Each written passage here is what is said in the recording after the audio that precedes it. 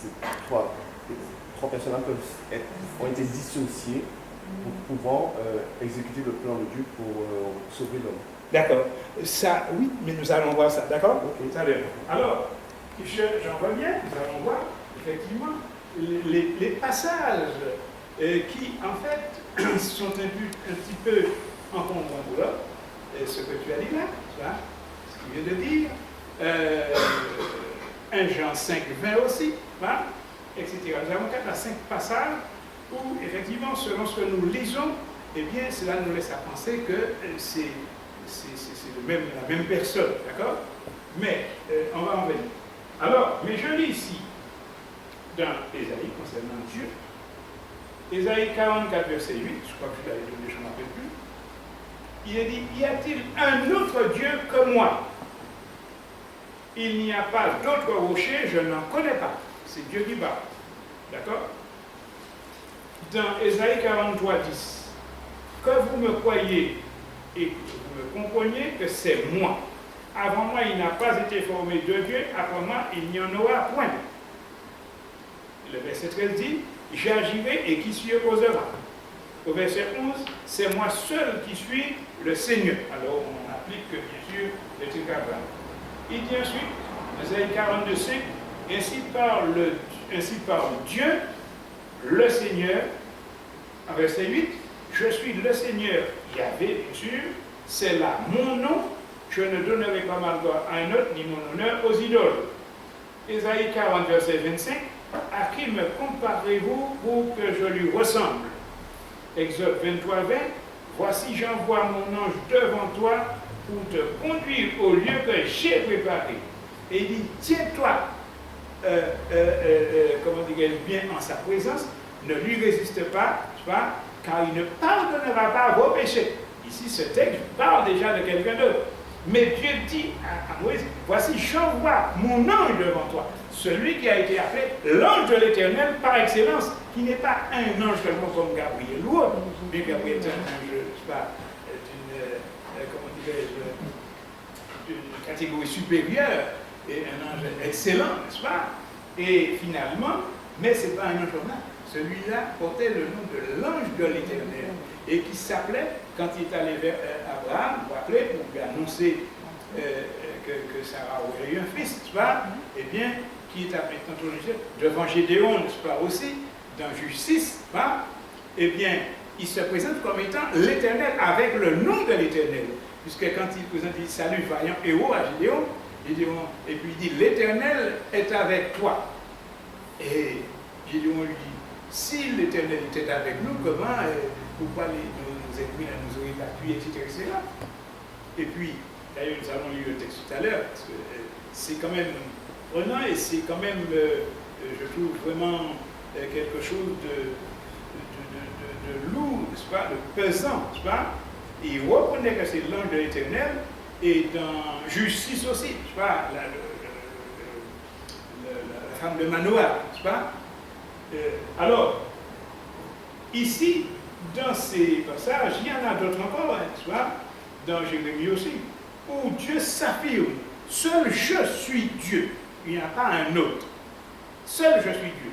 Et la Bible nous révèle effectivement, quand nous prenons ça, Exode 23, verset 20, pour prendre, voici j'envoie mon ange devant toi, c'était pas n'importe quel ange, c'était pas Gabriel, c'était pas un autre, c'était celui qui est appelé l'ange de l'Éternel par excellence, que Dieu avait envoyé, parce que lui, le Fils de Dieu, sorti de Dieu, qui a reçu ce nom, l'ange de l'Éternel par excellence, et qui était donc là pour accomplir certaines missions, tu vois, des missions, je dirais, particulières, parce que quand ils viennent, d'ailleurs, quand ils descendent vers Abraham, ils étaient à toi.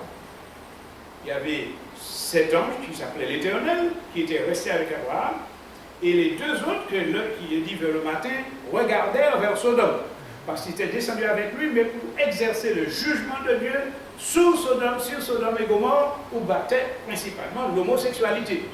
D'accord? Il est dit grands et petits étaient dans l'affaire, et ces 2-là étaient venus pour pouvoir exercer le jugement de Dieu, tandis que l'autre, qui est resté avec Abraham, était venu pour les besoins du salut de l'humanité, pour annoncer à Abraham qu'il aurait eu un fils, là, à l'âge qu'il avait 100 ans, et sa femme 90. Et puis, là, il va avoir, bien sûr, puisqu'il dit, à la même époque, il passerait l'année prochaine, et Abraham aura un fils, et Sarah, vous vous rappelez, avait ri, selon l'histoire, la lecture, et il avait dit, pourquoi Sarah a-t-elle ri? Et Sarah n'était pas là, elle avait ri dans son cœur, mais il a vu, parce qu'effectivement, là, il a les attributs de Dieu. Hein? Il y a plusieurs attributs de Dieu.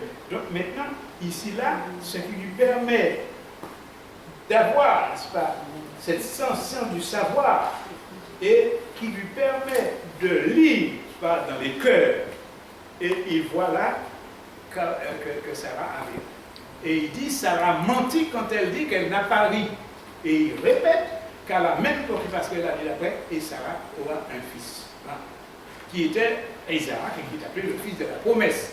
Et puis Isaac et Jacob, vous rappelez, nous en avons parlé là dernièrement, et lequel Jacob va avoir 12 fils, et donc, qui ont des noms, et donc justement ces 12 fils vont former le peuple d'Israël géographiquement installé. Hein? Alors, mais comme je vous disais, ils ne sont pas tous juifs, parce que les tribus, il y a que 2 tribus qui sont appelées les juifs. C'est la tribu de Juda et de... Non, Siméon. Voilà. Donc, finalement, cela forme le peuple juif. Mais les autres, comme je vous disais, j'avais donné un exemple, je ne sais pas si je vous l'avais donné ou quoi, j'avais parlé du Samaritain. Or, vous vous rappelez que il est dit qu'un Samaritain n'avait rien à voir de commun avec un juif. Ceux-là qui étaient restés fidèles à Dieu, les descendants de Juda et Magie, qui avaient formé, n'est-ce pas, le judaïsme. Pourquoi le judaïsme? Parce qu'en réalité, comme je vais vous expliquer, les 10 tribus du nord et de l'est donc voulaient que ce soit un fils, un descendant de Saül qui soit roi d'Israël, alors que ces 2 tribus voulaient que ce soit un descendant de David. Voilà. Et là, ça s'est fait que le royaume d'Israël s'est divisé en 2. Il y a eu le royaume d'Israël, c'est dit concernant ces 10 tribus, et le royaume de Juda concernant ces 2-là, qui sont devenus les Juifs. Alors quand on parle de Juifs, ce n'est pas comme tous les machines, ils ne sont pas tous Juifs, n'est-ce pas? Hein? C'est ce seul tribu de Juda. De Juda vient un Juif, n'est-ce pas? Hein, la religion juive, etc. Et puis, donc, finalement, les autres, alors comme je vous disais, les Samaritains, ils n'avaient rien en commun parce qu'ils avaient adoré des idoles et tout ça, n'est-ce pas? Et la Samarie était comme mis de côté. Alors que le fils là, quand il va venir, nous allons voir, quand il va venir, lui, il va de la part du Père, et vous avez remarqué que, vous qui avez déjà lu la parole, que comme par hasard, pour nous, comme par hasard, mais ce n'est pas par hasard, ça, il est venu, n'est-ce pas, parce qu'il était venu pour tous. L'Ancien Testament, comme nous avons pu vous rappeler, l'Ancien Testament, tu vois, était pour un peuple, était pour une nation, la nation d'Israël, le royaume d'Israël. Mais ce n'était pas comme certains, vous savez, les adventistes, pour eux, c'est un seul peuple. Non, ce n'est pas vrai. La Bible nous démontre qu'il y a 2 peuples, le peuple de l'Ancien Testament, vétérotestamentaire, et le peuple du Nouveau Testament, le néo-testamentaire. D'accord? Alors, il est évident que Jésus, vous vous rappelez, va passer par la Samarie. Et un Samaritain n'avait rien. D'ailleurs, il dit à la femme qui était au puits de Jacob, là, n'est-ce pas, donne-moi à boire. Et sa femme lui dit, comment, toi, qui es juif, tu me dis, donne-moi à boire. Et elle sachant effectivement que le juif arrive. Et puis elle lui dit, nos pères, en parlant de leurs pères les Samaritains, ont adoré sur cette montagne. Et vous dites que le juif faut adorer à Jérusalem. Et qu'est-ce que Jésus lui dit? Ni à Jérusalem, ni à Samarie. Femme, crois-moi, l'heure vient, ce ne sera ni sur cette montagne, ni à Jérusalem qu'on adorera le Père, mais l'heure vient, elle est déjà venue, parce que je suis déjà là, où les frères adorateurs adoreront le Père en esprit et en vérité. Alors, c'est vraiment quelque chose que les disciples, en fait, qui auraient pu dire à Jésus, parce que c'est le premier, il était dit, mais tu sais qu'il ne faut pas collaborer, il ne faut pas avoir une relation avec une Samaritaine. Non, mais tout ce qui était parti faire était pour soi hier, n'est-ce pas? Et qu'est-ce que Jésus va se retrouver seul en face? Et il va lui dire, n'est-ce pas, donne-moi à boire.